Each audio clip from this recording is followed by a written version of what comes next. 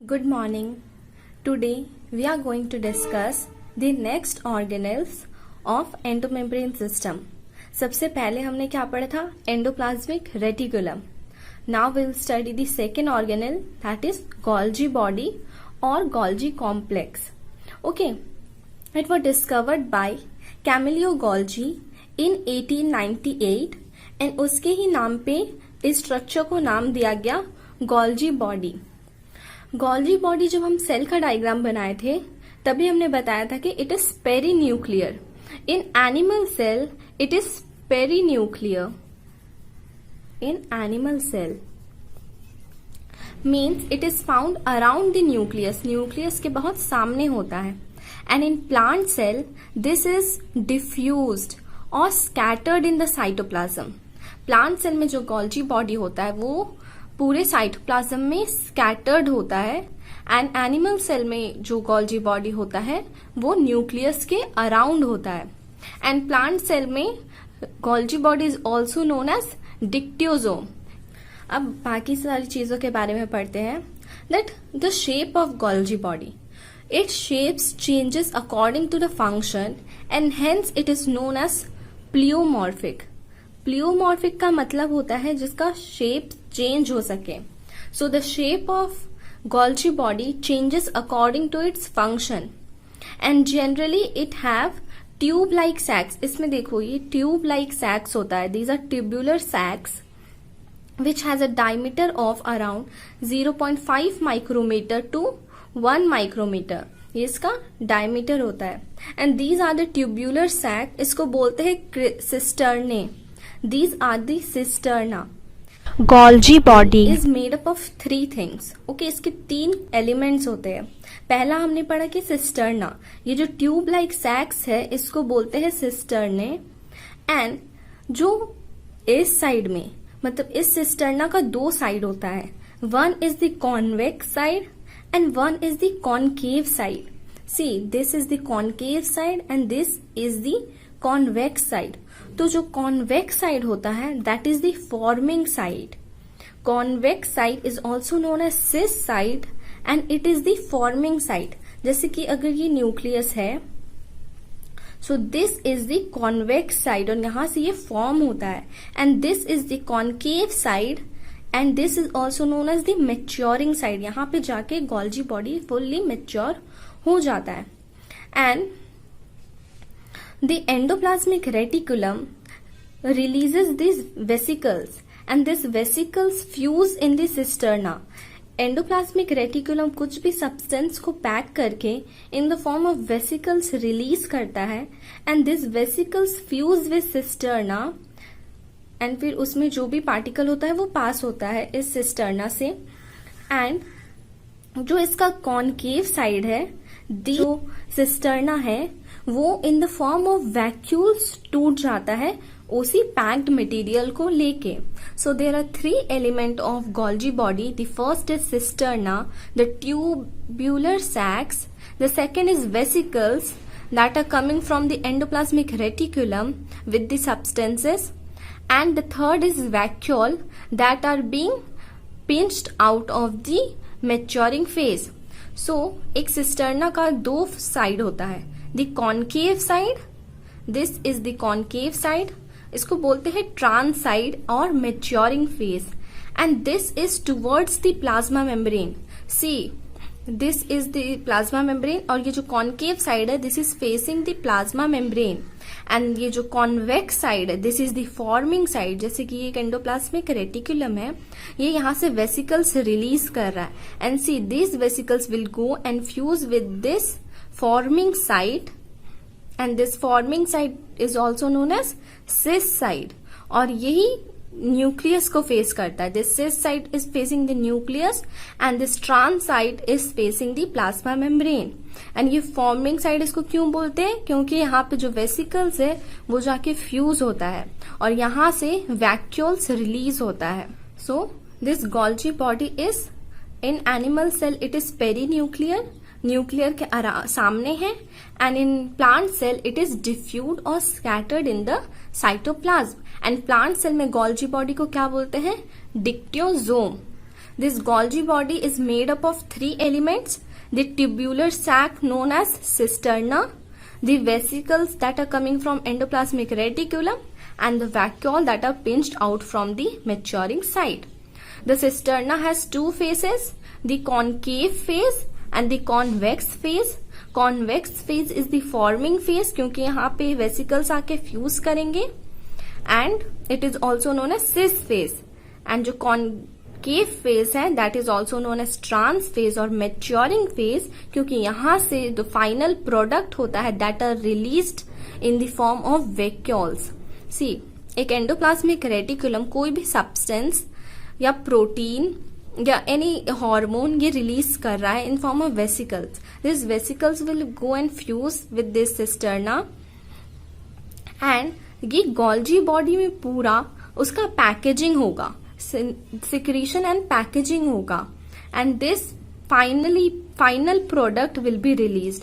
और ये जो रिलीज हो रहा है these are the final product. So cisterna क्या क्या this packed the substance that was released by endoplasmic reticulum and it secreted the substance. Golgi body का क्या काम है? Golgi body का काम है पैकेजिंग एंड सिक्रीशन. जो भी चीज आ रहा है endoplasmic reticulum से in the form of vesicles, this Golgi body will pack this substance and will secrete it.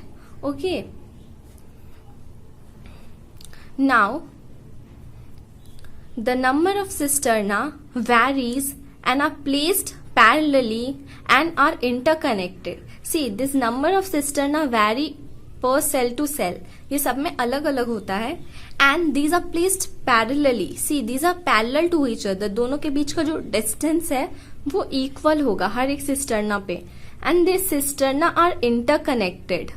Okay, ये पूरा एक connection form करता है. See, all the cisternas will be interconnected to each other, and the cisterna has two side, the concave side और the maturing side जहां से vacuole release होगा जिसमें कि फाइनल प्रोडक्ट होगा, द कॉन्वेक्स साइड और द सिस साइड जहां पे आके वेसिकल्स फ्यूज करेगा, एंड इसीलिए इसको बोलते हैं forming side. And this will face the nucleus and this concave side will face the plasma membrane. यहाँ पे वही लिखा हुआ है जो मैंने पहले बताया. The packed material in the form of vesicles from endoplasmic reticulum fuses with the forming side and then it moves out from the maturing phase, and in between this form होने से mature होने तक में जो particle आता है that get modifies. Here it modifies the protein synthesized by ER. Endoplasmic reticulum में जो राइबोसोम था उसने जो भी प्रोटीन बनाया या जो भी सब्सटेंसेस बनाए एंडोप्लाज्मिक रेटिकुलम में जो वेसिकल से आया वो इस पूरे गोल्जी बॉडी में मॉडिफाई होता है, and then it is packed. Okay, modify होके वो पैक हो जाता है and they are secreted in the form of that vacuoles.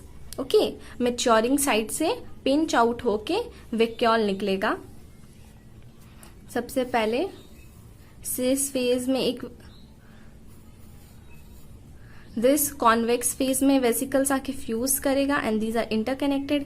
ये पूरा अंदर में मॉडिफाई होगा and this will be release in the form of this vesicles which will be vacuoles which will be pinched out. Okay, so the function of Golgi body is packaging and secretion. This is the most important function of Golgi body, the packaging and secretion of protein, hormone, etc., any other material. Okay, Golgi body also helps in cell plate formation in plants. जब हमने पिछले class में cell wall पढ़ा था तो हमने पढ़ा था कि जो सेल प्लेट था that was forming by the fragments of ER and Golgi body. So ER endoplasmic reticulum और गोल्जी बॉडी का जो फ्रैगमेंट्स होता है that forms the cell plate. So one of the function of Golgi body is the cell plate formation. Golgi body में एक और process होता है दैट इज वेरी इंपॉर्टेंट जिसको बोलते हैं ग्लाइकोसाइलेशन. ग्लाइकोसाइलेशन मतलब ग्लूकोज या फिर कार्बोहाइड्रेट का ऐड होना. मेनली कार्बोहाइड्रेट जब किसी भी सब्सटेंस में ऐड होगा उसको बोलते हैं ग्लाइकोसाइलेशन. ग्लाइको मतलब कार्बोहाइड्रेट। ओके, सो अगर प्रोटीन में कार्बोहाइड्रेट ऐड हो रहा है तो that will form glycoprotein. Glyco मतलब that carb part and protein. Protein में कार्बोहाइड्रेट ऐड होता है जिसको बोलते हैं ग्लाइकोप्रोटीन, एंड लिपिड में कार्बोहाइड्रेट ऐड होता है जिसको बोलते हैं ग्लाइकोलिपिड। सो गोल्जी बॉडी में there is formation of glycoprotein and glycolipid, and this process is known as glycosylation. The next thing is that हमने जब एंडोमेम्ब्रेन सिस्टम पढ़ा था तो पढ़ा ना उसमें कि रफ एंडोप्लाज्मिक रेटिकुलम से स्मूथ एंडोप्लाज्मिक रेटिकुलम बनेगा, उससे गोल्जी बॉडी बनेगा, वो हमने देख लिया अभी। एंड गोल्जी बॉडी से बनेगा प्राइमरी लाइजोसोम। तो जो वैक्यूल्स जो ब्रेकआउट हो रहा है गोल्जी बॉडी से, अगर उस वैक्यूल में इनएक्टिव हाइड्रोलाइटिक एंजाइम है, जो वैक्यूल रिलीज हुआ उसमें पैक्ड मटेरियल है, तो अगर इस वैक्यूल में वो packed material inactive hydrolytic enzyme है तो इसको बोलेंगे primary lysosome. And like this the Golgi body helps in primary lysosome formation. तो गोल्जी बॉडी में हमने क्या पढ़ा कि गोल्जी बॉडी का 3 एलिमेंट होता है, cisterna, vesicles and vacuoles.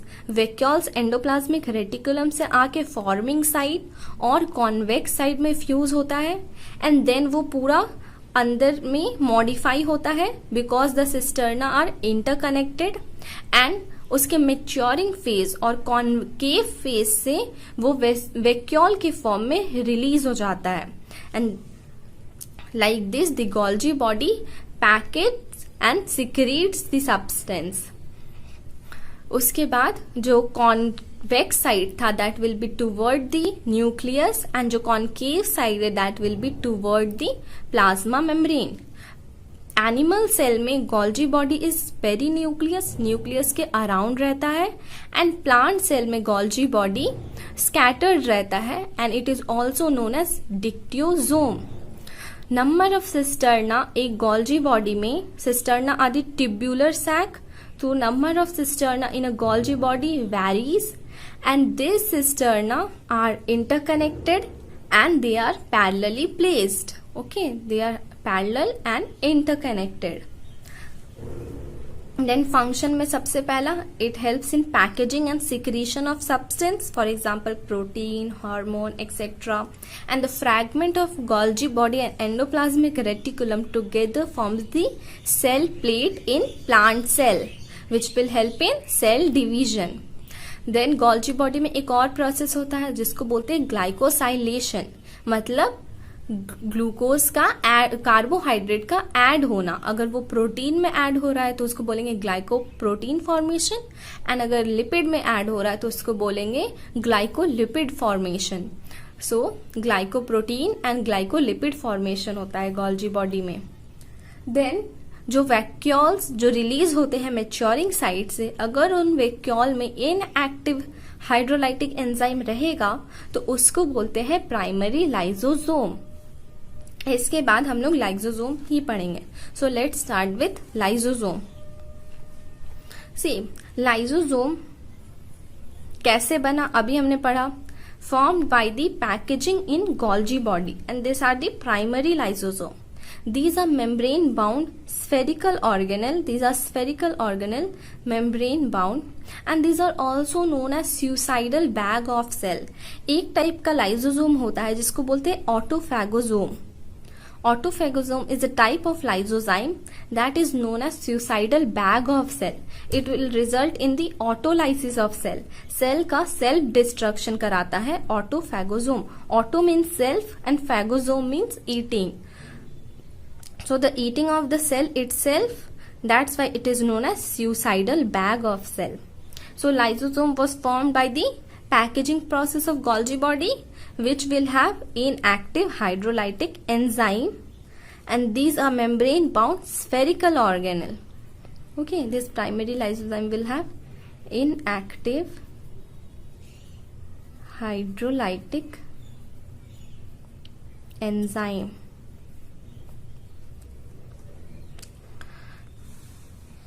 And जब ये हाइड्रोलाइटिक एंजाइम, ये होता क्या है, जो हाइड्रोलाइटिक एंजाइम है, this you will study in enzyme chapter कि हाइड्रोलाइटिक एंजाइम क्या करता है। These break bonds by adding water. ये जो एंजाइम होता है किसी भी कंपाउंड में वाटर को ऐड करके उसके बीच का बॉन्ड ब्रेक कर देता है, and this works under the acidic pH. It's very important कि हाइड्रोलाइटिक एंजाइम एसिडिक पीएच में ही वर्क करता है। जैसे कि हमारे सलाइवा में भी लाइसोसोम्स होते हैं एंड हाइड्रोलाइटिक एंजाइम्स होते हैं। So this break bonds by adding water. Hydrolytic enzyme bonds the break between the compound by adding water to it. And ये क्या क्या डाइजेस्ट करता है दिस लाइसोसोम? दिस लाइसोसोम पहला तो हमने पढ़ा कि एक ऑटोफैगोसोम होता है जो कि सेल्फ लाइसिस कराता है, सेल का सुसाइड कराता है। And lysosome also helps in digestion of foreign particle. Foreign particle में जैसे फूड हो सकता है, वाटर मॉलिक्यूल्स हो सकता है, या किसी पैथोजन का। सो फॉरेन पार्टिकल का भी डाइजेशन में lysosome helps. Now let's see कि इसमें जो हाइड्रोलाइटिक एंजाइम रहता है वो किस तरह का होता है। फॉर एग्जाम्पल लाइपेज रहता है that will help in digestion of lipid. As जहां भी लग गया, एज उसका मतलब है कि वो डाइजेस्टिंग एंजाइम है, वो उसको तोड़ेगा। एज जिस भी एंजाइम में लगता है उसका मतलब होता है कि वो उस कंपाउंड को तोड़ेगा। तो लाइपेज जो लिपिड को तोड़ेगा, प्रोटीएज जो प्रोटीन को तोड़ेगा, कार्बोहाइड्रेटेज जो कार्बोहाइड्रेट को तोड़ेगा, न्यूक्लिएज जो कि न्यूक्लिक एसिड को तोड़ेगा। और न्यूक्लिक एसिड कौन कौन सा होता है? DNA and RNA are the nucleic acid. इसमें क्या होगा? डीएनएज जो डीएनए को तोड़ेगा एंड आरएनएज जो आरएनए को तोड़ेगा। दो न्यूक्लिक एसिड है हमारे पास, DNA and RNA. So lipase हो गया, प्रोटीएज हो गया, कार्बोहाइड्रेटेज हो गया, न्यूक्लिएज हो गया, ये सारे हाइड्रोलाइटिक एंजाइम लाइसोसोम में रहते हैं।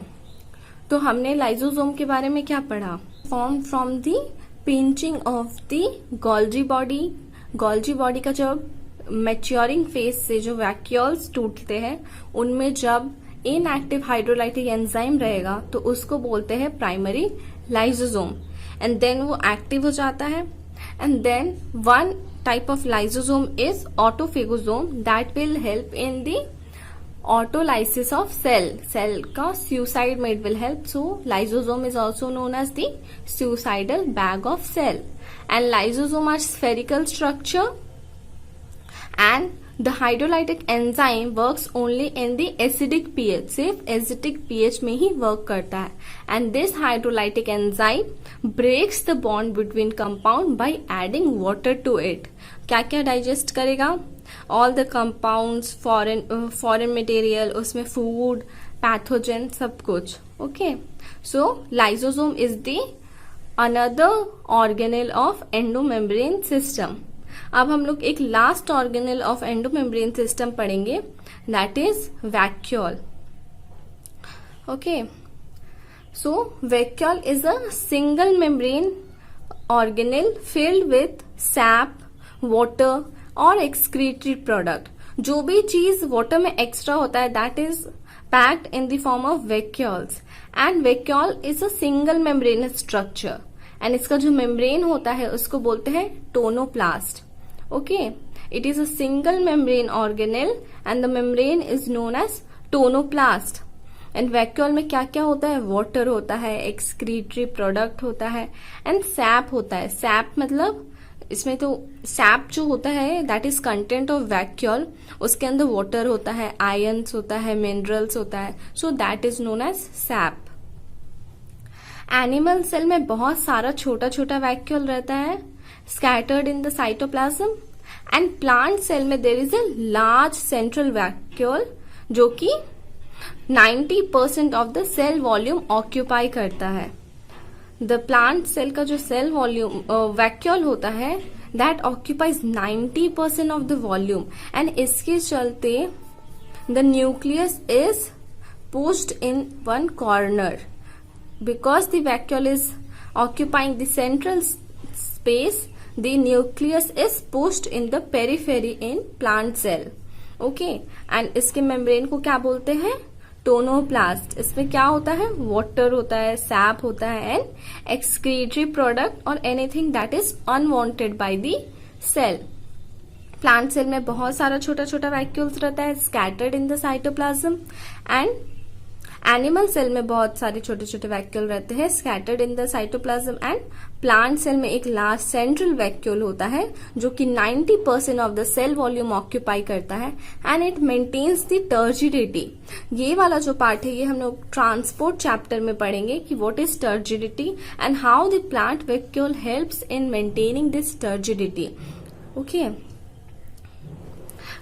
फूड जो वैक्यूल रहते हैं वो बहुत टाइप के होते हैं, तो हम लोग 2 टाइप का फूड वैक्यूल पढ़ेंगे। The first is food vacuole and the second is contractile vacuole.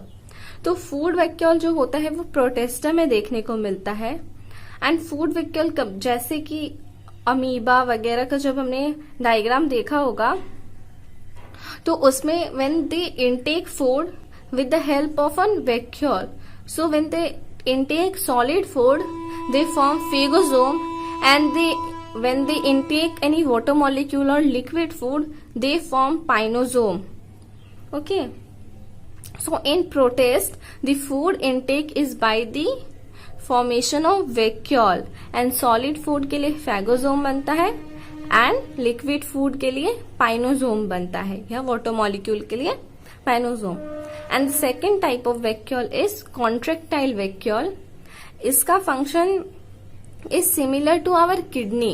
जो हमारा किडनी जो फंक्शन करता है वही फंक्शन फ्रेश वाटर प्रोटोजोन्स में कॉन्ट्रेक्टाइल वैक्यूल करता है, that is osmoregulation and excretion. Osmoregulation मतलब water regulation in the organism and excretion of waste product, जैसे कि हमारे में kidney does the function of osmoregulation and excretion of urea, वैसे ही contractile vacuole in fresh water protozoan like amoeba and paramecium, it does the function of osmoregulation and excretion. Paramecium का जब हम diagram बनाते हैं तो this is slipper shaped paramecium, तो इसके हम दोनों कॉर्नर में एक कॉन्ट्रेक्टाइल वैक्यूल बनाते हैं with this radiating rays. Okay, तो ये जो होता है this is the contractile vacuole. Okay, these two are the contractile vacuole, एक सिस्टोलिक एंड डायस्टोलिक होता है। So it does the function of osmoregulation and excretion. Vacuole is the last organelle of endomembrane system जो हम लोग को पढ़ना है। This is having a single membrane that is known as tonoplast. Vacuole have the content of sap, water and excretory products. Animal cell में बहुत सारा छोटा छोटा वैक्यूल होता है scattered in the cytoplasm.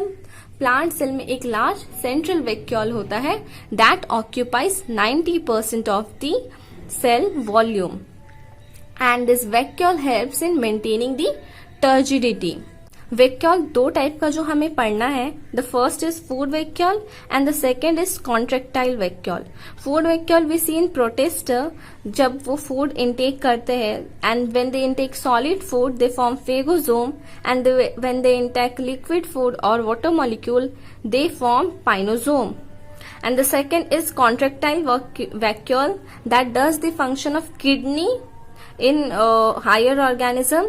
So it does the function of osmoregulation and excretion, water regulation and excretion of waste product. So it could be seen in paramecium, amoeba. Those are fresh water protozoan. Paramecium के diagram में जो हम लोग दोनों side में एक एक contractile vacuole बनाते हैं, दिस इज द वन।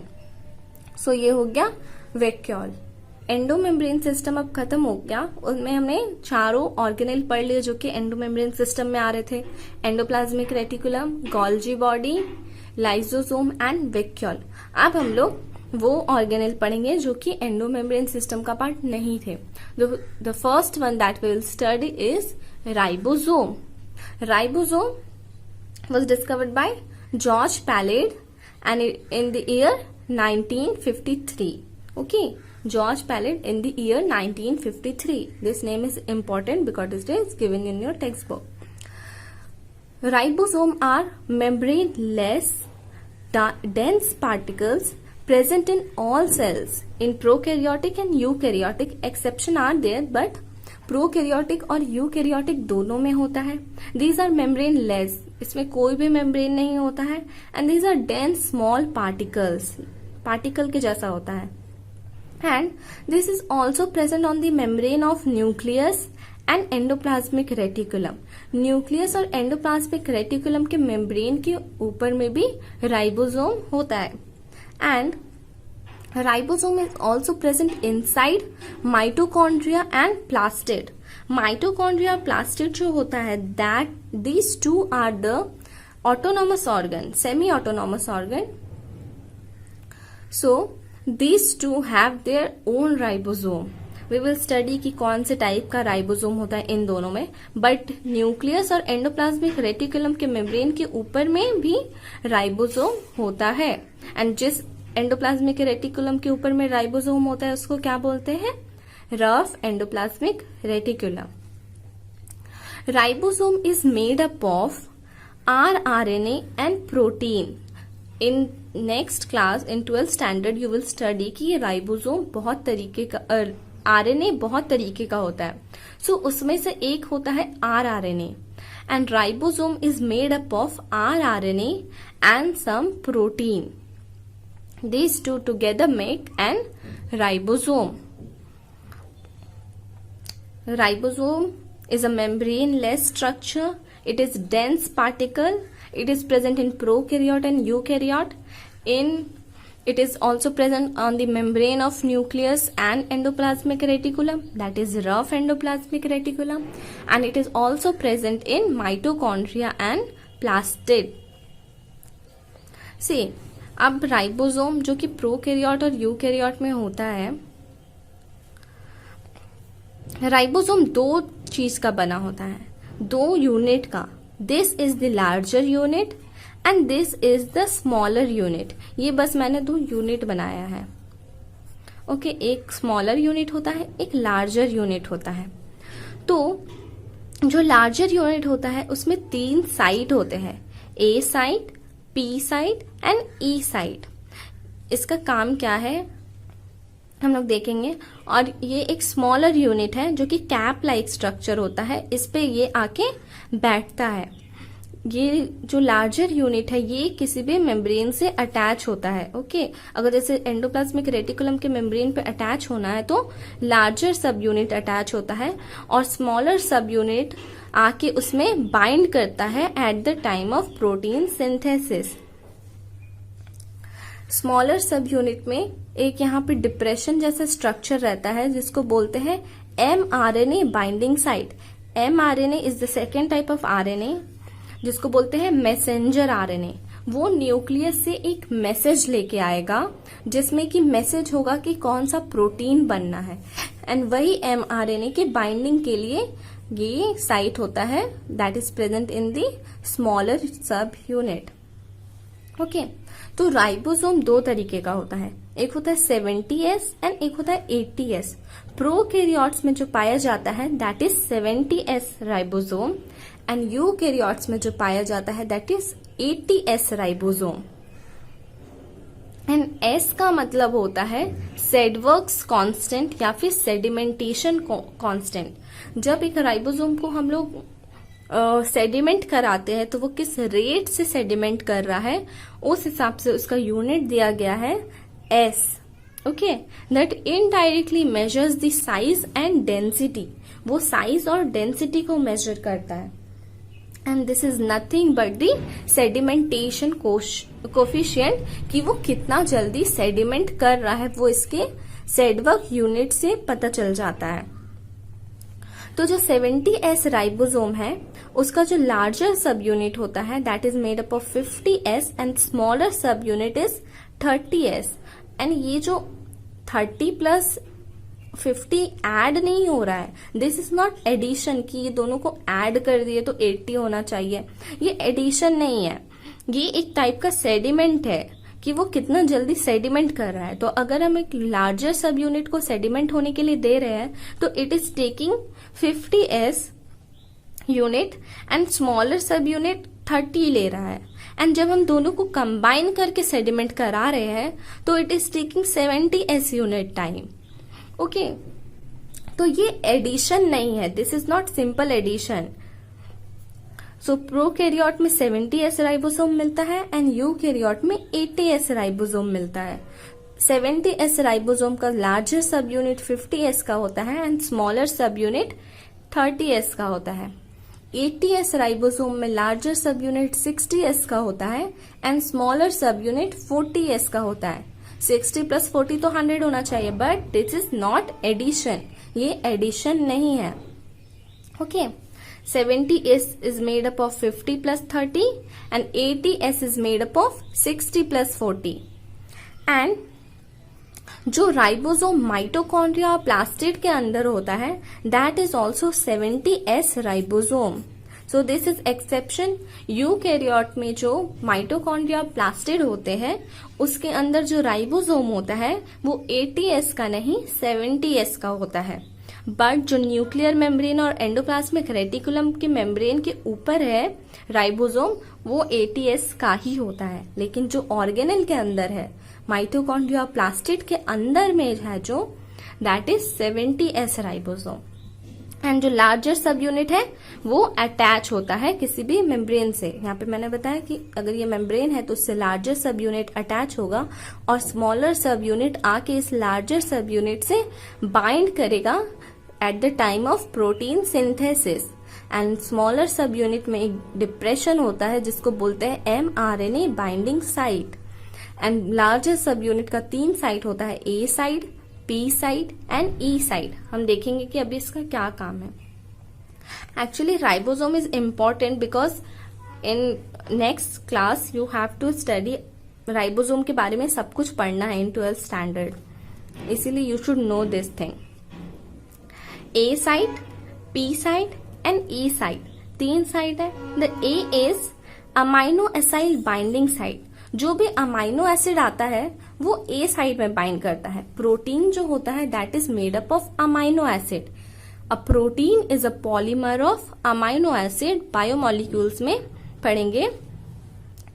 तो जो अमाइनो एसिड आता है बनता है at the time of protein synthesis वो A साइड में रहता है। P साइड में बनता है, P side is peptide side. तो P साइड में पेप्टाइड बॉन्ड बनता है। पेप्टाइड बॉन्ड 2 अमाइनो एसिड के बीच का बॉन्ड होता है। If this is a protein, so protein is made up of amino acids. See, ये पूरा जो है ये एक प्रोटीन है एंड ये जो एक छोटे छोटे सर्कुलर बीट्स है दीज आर अमाइनो एसिड। पूरा अमाइनो एसिड जब बॉन्ड बनाएगा so that will form a protein. So 2 amino acid के जो बीच का बॉन्ड है दैट इज पेप्टाइड बॉन्ड। समझ में आया कि ये पूरा एक प्रोटीन है। Protein is made up of amino acids and amino acid के बीच का जो बॉन्ड है दैट इज पेप्टाइड बॉन्ड। सो ये P side is the peptide side, यहाँ पे पेप्टाइड बॉन्ड बनता है। And the third is E side और एग्जिट साइड, यहाँ से वो चेन एग्जिट होता है। जैसे कि ये लास्ट साइड है तो E साइड से ये एग्जिट हो जाएगा, ये प्रोटीन बन के निकल जाएगा। ठीक है, तो हमने क्या पढ़ा कि एक राइबोसोम 2 सब यूनिट का बना होता है, smaller sub unit and larger sub unit. Smaller sub unit में होता है mRNA बाइंडिंग साइट, जहां पे mRNA आके बाइंड करेगा at the time of protein synthesis. mRNA क्या होता है? mRNA is the messenger RNA। वो DNA से एक मैसेज लेके आता है कि आज ये प्रोटीन बनाना है, बॉडी को इस प्रोटीन का काम है। एंड वही प्रोटीन बनने के लिए दिस 2 बाइंड्स, ये दोनों ज्वाइन करेगा and it will form a complete ribosome. Larger sub unit का 3 साइड होता है, एक होता है अमाइनो एसाइड बाइंडिंग साइड जहां पे कि अमाइनो एसिड आके जुड़ेगा, एक होता है P साइड पेप्टाइड साइड जहां पे 2 अमाइनो एसिड्स के बीच में बॉन्ड बनेगा। ऐसे ही एक पूरा long chain of amino acid बनेगा and this chain of amino acid will form the protein. Peptide bond is the bond between amino acids. और थर्ड होता है ई साइट, जहां से ये प्रोटीन चेन एग्जिट कर जाएगा। जैसे ही पूरा मैसेज खत्म हो गया, जैसे ही एमआरएनए का सारा कोड्स और मैसेज खत्म हो गया, जैसे ही प्रोटीन बनना कंप्लीट हो गया, ई साइट से ये एग्जिट कर जाएगा। प्रोकैरियोट में राइबोसोम होता है that is made up of 70S and eukaryote में जो होता है दैट इज 80S। 70S का जो दो सब यूनिट है that is 50S and 30S and 80S का जो दो सब यूनिट है that is 60S and 40S। लेकिन यूकैरियोट में जो माइटोकॉन्ड्रिया और प्लास्टिड होता है उसमें 70S राइबोसोम होता है। एंड जो न्यूक्लियर मेम्ब्रेन और एंडोप्लाज्मिक रेटिकुलम के ऊपर जो राइबोसोम होता है that is 80S ribosome. And कौन सा सब यूनिट अटैच होता है उसके मेम्ब्रेन से? The larger sub unit attach होता है। एंड स्मॉलर सब यूनिट आके बाइंड करता है at the time of protein synthesis. RNA ribosome किसका बना होता है? RRNA and protein. Ribosome is equal to rRNA plus protein. RRNA is ribosomal rRNA and ribosome are membrane less structure. इसमें membrane नहीं होता है कुछ भी, और ये प्रोकैरियोट और यूकैरियोट दोनों में पाया जाता है। इसका काम क्या है? Protein synthesis. ओके, एक टर्म जो दिया हुआ है जो कि पढ़ना है दैट इज पॉलीजोम एंड पॉलीराइबोसोम। दोनों का एक ही मतलब है, इधर पॉलीजोम और पॉलीराइबोसोम बोलो। Many ribosome attach to a single mRNA is called polyribosome. मान लो कि एक सिंगल एमआरएनए है, इसमें देखो larger sub unit and smaller sub unit, larger smaller, ये आके पूरा बाइंड कर गया। बहुत सारा राइबोसोम जब आके एक एमआरएनए पे बाइंड कर जाएगा और यहाँ पे पूरा प्रोटीन सिंथेसिस चल रहा है ना, एक साथ में इसमें बहुत सारा प्रोटीन बन रहा है, इसलिए इसको बोलते हैं पॉलीराइबोसोम। बहुत सारा ribosome is attach to a single mRNA. Polyribosome और पॉलीजोम एक ही बात है। Okay, ribosome is a little bit hard topic, so you should be very clear about it क्योंकि ये बहुत काम आएगा। Ribosome does the function of translation। Translation क्या होता है? प्रोटीन सिंथेसिस को ही ट्रांसलेशन बोलते हैं। एमआरएनए से जब प्रोटीन बनता है तो उसको बोलते हैं ट्रांसलेशन और प्रोटीन सिंथेसिस। देखो, जैसे कि ये एक एमआरएनए है, इसमें लार्जर सब यूनिट आके बाइंड किया, फिर स्मॉलर सब यूनिट आके बाइंड किया, and this smaller sub unit is reading the mRNA, क्योंकि इसमें एमआरएनए बाइंडिंग साइट है तो ये इसको रीड कर रहा है।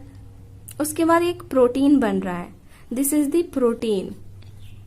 सो एमआरएनए से प्रोटीन का बनना इज नोन एज ट्रांसलेशन और प्रोटीन सिंथेसिस, और ये कौन करता है?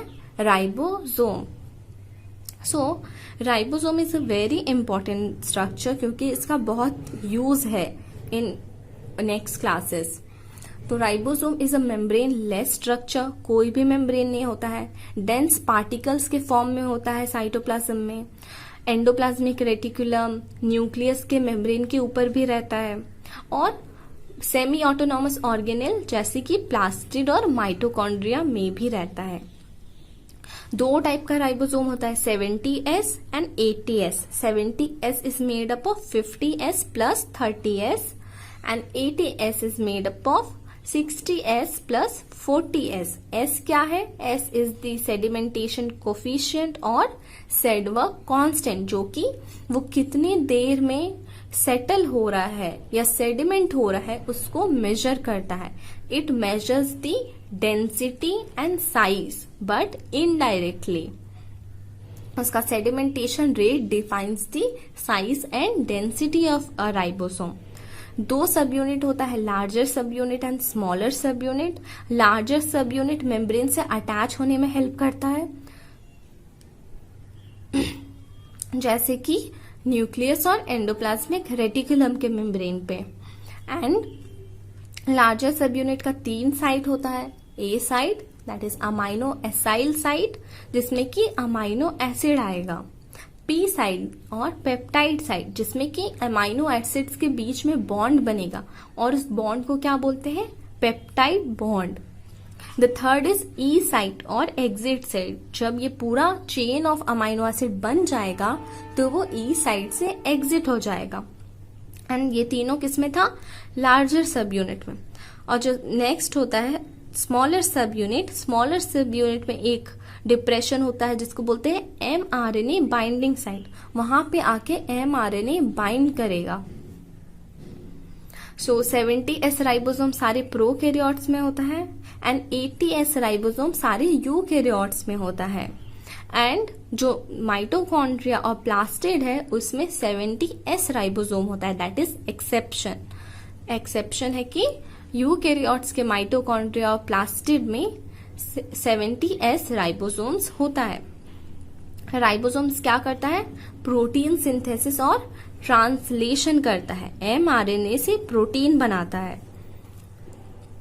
एंड जब बहुत सारा राइबोसोम एक सिंगल एमआरएनए में अटैच हो जाता है तो उसको बोलते हैं पॉलीराइबोसोम और polysome. So this much thing you should know about ribosome, and it was discovered by George Palade. And lastly, ribosome बना किसका होता है? rRNA और प्रोटीन से। rRNA मतलब ribosomal rRNA, ribonucleic acid, that is RNA। rRNA ribosomal rRNA और protein मिलके एक राइबोसोम्स बनाता है। दो सब यूनिट रहता है, smaller and larger. Larger attachment करता है एंड स्मॉलर एमआरएनए बाइंड करता है। So ribosome is very important and I will see you in the next class. This much for today. Thank you.